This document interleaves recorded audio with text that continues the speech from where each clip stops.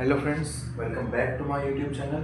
हम देख रहे थे क्लास 12 गुजरात बोर्ड में एसपीसीसी में एसपी पार्ट में 1 मार्क के क्वेश्चंस 1 सेंटेंस की सीरीज़, जिसमें हमने लास्ट वीडियो में चैप्टर 4 मेंबरशिप कवर किया था। और आज है हमारा उसका अगला chapter 5 directors of the company. आज हम इस चैप्टर के सारे इंपॉर्टेंट 1 सेंटेंस कवर करने वाले हैं, तो आप वीडियो पूरे एंड तक देखिएगा। चलिए बिना टाइम वेस्ट किए वीडियो शुरू करते हैं। सबसे पहला क्वेश्चन है friends, which two elements are essential for existence of an institution. कि कौन से दो एलिमेंट्स हैं जो एसेंशियल होते हैं किसी भी इंस्टीट्यूशन के एग्जिस्टेंस के लिए। कौन से दो एलिमेंट्स हैं वो? तो वो होते हैं ओनरशिप और मैनेजमेंट। जाहिर सी बात है फ्रेंड्स, अगर मैं किसी भी इंस्टीट्यूशन का कोई ना कोई ओनर तो होगा ही, विदाउट ओनर वो कैसे ही चलेगी, तो ओनरशिप तो होना ही है। और मैनेजमेंट, और अगर उसका मैनेजमेंट अच्छा ना हो, ढंग का ना हो, या मैनेजमेंट ही ना हो, तो वो फर्म टिक कैसे सकती है? तो इसका आंसर हो जाएगा ownership and management. I hope आपको क्लियर है क्वेश्चन। चलिए बढ़ते हैं अगले क्वेश्चन की तरफ। अगला क्वेश्चन है, who manages the company in modern time. कि मॉडर्न टाइम में कंपनी मैनेज करता कौन है?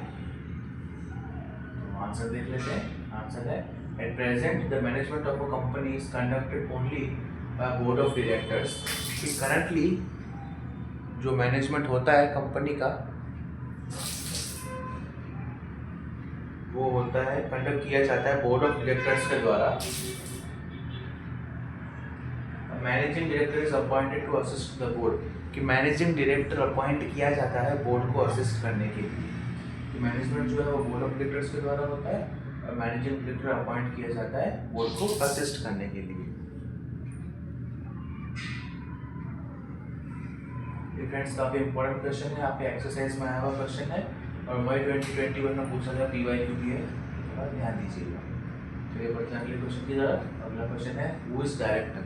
डायरेक्टर कौन होता है? Director is that person who formulates general policies for overall management, direction and control of the company. कि डायरेक्टर वो पर्सन होता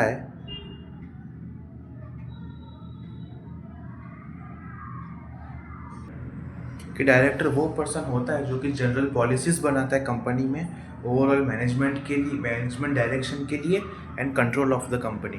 कि कंपनी में ठीक से मैनेजमेंट हो और कंट्रोल बना रहे, इसके लिए जो पॉलिसीज तो बंदा जो पॉलिसीज बनाता है ओवरऑल मैनेजमेंट डायरेक्शन के लिए और कंट्रोल के लिए, तो उसे हम डायरेक्टर कहते हैं। क्योंकि जनरल पॉलिसीज बनाता है ओवरऑल मैनेजमेंट के लिए और डायरेक्शन भी करता है, कंपनी को डायरेक्ट भी करता है, उसे हम डायरेक्टर कहते हैं। आई होप फ्रेंड्स आपको क्वेश्चन क्लियर होगा। बहुत इंपॉर्टेंट क्वेश्चन है, ध्यान दीजिएगा। एक आपका टेक्स्ट बुक का एक्सरसाइज का क्वेश्चन है और जुलाई 2022 में पूछा था PYQ में, तो फ्रेंड्स याद रखिएगा आंसर। चलिए बढ़ते हैं अगले क्वेश्चन की तरफ। अगला क्वेश्चन है, how many minimum directors are required in a public company. कि एक पब्लिक कंपनी में मिनिमम कितने डायरेक्टर्स रिक्वायर्ड होते हैं? तो इसमें इसका आंसर है 3। In public company there must be minimum 3 directors. कि पब्लिक कंपनी में मिनिमम 3 डायरेक्टर्स होने चाहिए, इसका आंसर है 3। फ्रेंड्स, यहाँ पर टेक्स्ट बुक का भी क्वेश्चन है और मार्च 2012 में पूछा था, PYQ है। ये भी काफ़ी इंपॉर्टेंट क्वेश्चन है। ऐसे नंबर्स वाले क्वेश्चन पे ध्यान दीजिएगा जिसमें कभी डायरेक्टर्स का पर्टिकुलर नंबर बताए गए हों। लाइक मीटिंग में कितने डायरेक्टर्स होने चाहिए, पब्लिक कंपनी में कितने डायरेक्टर्स होने चाहिए, प्राइवेट कंपनी में कितने डायरेक्टर्स होने चाहिए। तो जो नंबर वाले क्वेश्चन है वो ध्यान दीजिएगा फ्रेंड्स, ये अक्सर बोर्ड में पूछे जाते हैं। तो आपको क्लियर हुआ क्वेश्चन। चलिए बढ़ते हैं अगले क्वेश्चन की तरफ। अगला क्वेश्चन है, how many minimum directors are required in a private company. कि एक प्राइवेट कंपनी में कितने मिनिमम डायरेक्टर्स रिक्वायर्ड होते हैं? तो minimum of 2 directors are required. कि प्राइवेट कंपनी में मिनिमम 2 डायरेक्टर्स रिक्वायर्ड होते हैं। ये भी फ्रेंड्स इंपॉर्टेंट क्वेश्चन है, आपके एक्सरसाइज का क्वेश्चन है, टेक्स्ट बुक का ध्यान दीजिएगा। चलिए बढ़ते हैं अगले क्वेश्चन की तरफ। अगला क्वेश्चन है, how many minimum directors are required in a single person company.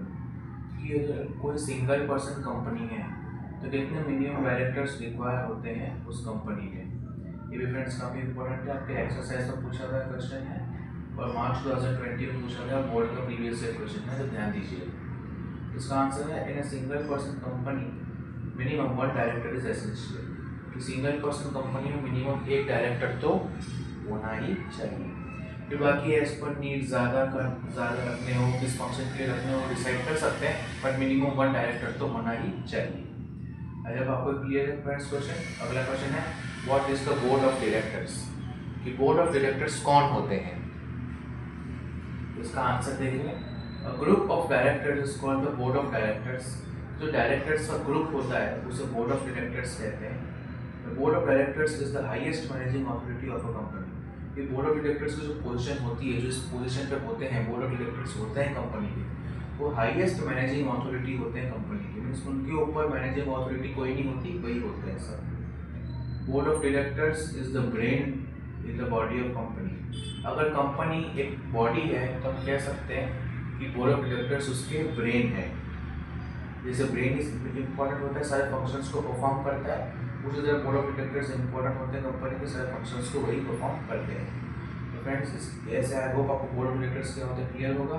और जो लास्ट स्टेटमेंट है, board of directors is the brain in the body of company, friends इसको भी एज ए एक्सप्लेन स्टेटमेंट करके बोर्ड्स में पूछा जा सकता है।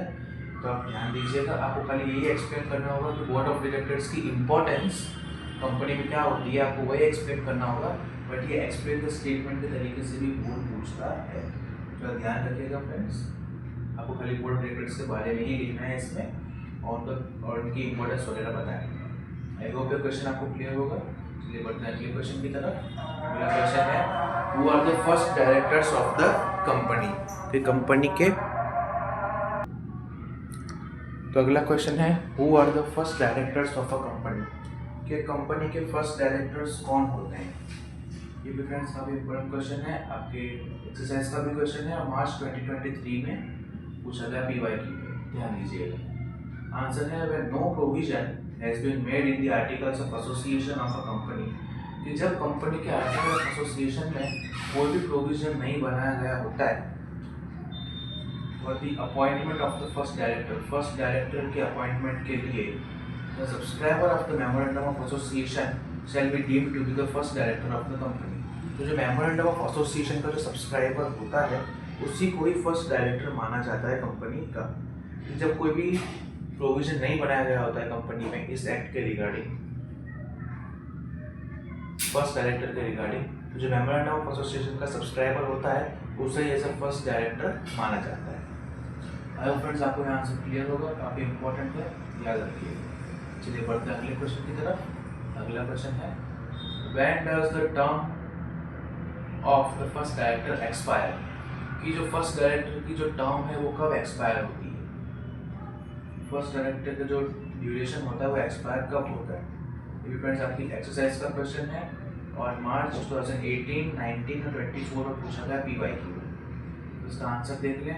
The term of the first director expires on the very day of the first general meeting, कि जब भी फर्स्ट जनरल मीटिंग कंडक्ट होती है कंपनी में तो जो फर्स्ट डायरेक्टर का जो टर्म होता है वो एक्सपायर हो जाता है। उसके बाद जो है सेकंड डायरेक्टर की बारी आती है, फिर थर्ड की बारी आती है, जितने होते हैं वो बैक टू बैक आते जाते हैं।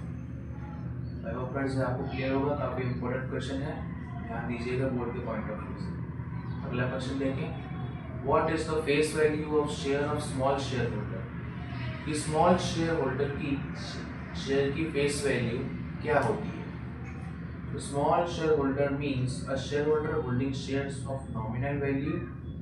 स्मॉल शेयर होल्डर का मतलब कि जो शेयर होल्डर होता है, जो शेयर होल्डर है वो शेयर्स होल्ड कर रहा है एक नॉमिनल वैल्यू के ऑफ नॉट मोर देन 20,000, 20,000 से ज़्यादा के ना हो वो शेयर्स, और such other sum as may be prescribed, या जितने कंपनी ने पब्लिश किए हैं वगैरह उसके एक स्मॉल पोर्शन ऑफ अमाउंट उससे ज़्यादा ना हो, उसी को स्मॉल शेयर होल्डर कंसिडर किया जाता है। कि जिसके पास ज़्यादा नहीं थोड़ी बहुत छोटी मोटी इक्विटी हो उसी को स्मॉल शेयर होल्डर कंसिडर किया जाता है।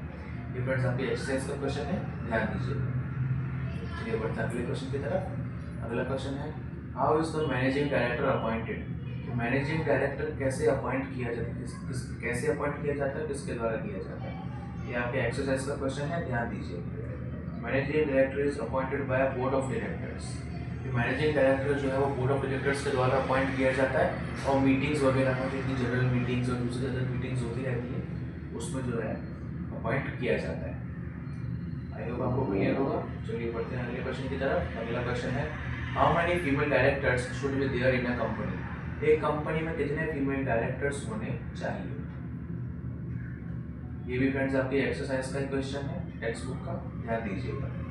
तो आंसर है एज पर कंपनीज एक्ट 2013 के कंपनीज एक्ट के according every listed company having a paid up capital of 100 CRs, जो भी लिस्टेड कंपनी है स्टॉक मार्केट में लिस्टेड कंपनीज है और जिनका paid up share capital 100 CR या उससे ज़्यादा है, सच क्लास पर classes of companies as may be prescribe, कि इस तरीके की जो भी कंपनीज होते हैं shall have at least one female director, उनमें एटलीस्ट वन फीमेल डायरेक्टर तो होनी ही चाहिए, कि जिन लिस्टेड कंपनीज की पेड अप कैपिटल 100 CR या उससे ज़्यादा हो, तो इस तरीके की कंपनीज में एटलीस्ट वन फीमेल डायरेक्टर तो होनी ही चाहिए। आई होप फ्रेंड्स आपको यह आंसर क्लियर होगा। चलिए बढ़ते हैं अगले क्वेश्चन की तरफ। अगला क्वेश्चन है who is responsible to constitute the audit committee, कि कौन रिस्पॉन्सिबल होता है जो ऑडिट कमिटी होती है उसे कंस्टिट्यूट करना पड़ता है, उसके लिए रिस्पॉन्सिबल होता कौन है।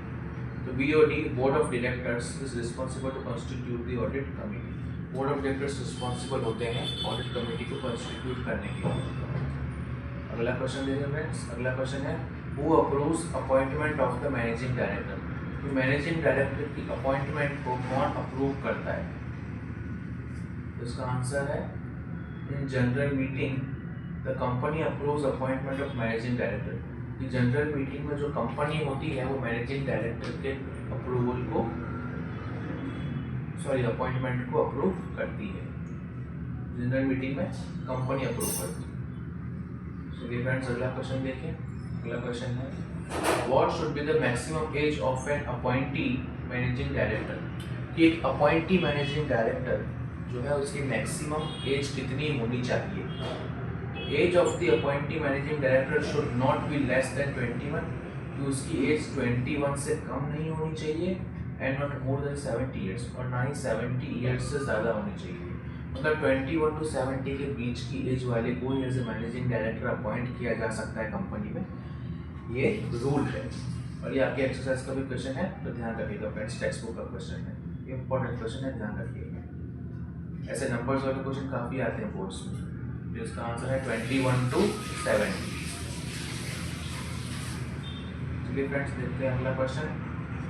अगला क्वेश्चन है how much remuneration can be paid to a part time managing director, अगर कोई बंदा कंपनी में पार्ट टाइम मैनेजिंग डायरेक्टर है तो उसको कितना रेम्यूनरेशन पे किया जा सकता है। तो 1% of the net profits of the company, company के नेट प्रॉफिट का 1% is payable to part time managing director, वो पार्ट टाइम मैनेजिंग डायरेक्टर को पे किया जाता है without consent of general meeting. General meeting में कंसेंट किए बिना, कि ये रूल है कि जितने भी कंपनी के प्रॉफिट्स हो रहे हैं उसका 1% जो है वो पार्ट टाइम मैनेजिंग डायरेक्टर को पे किया जाता है।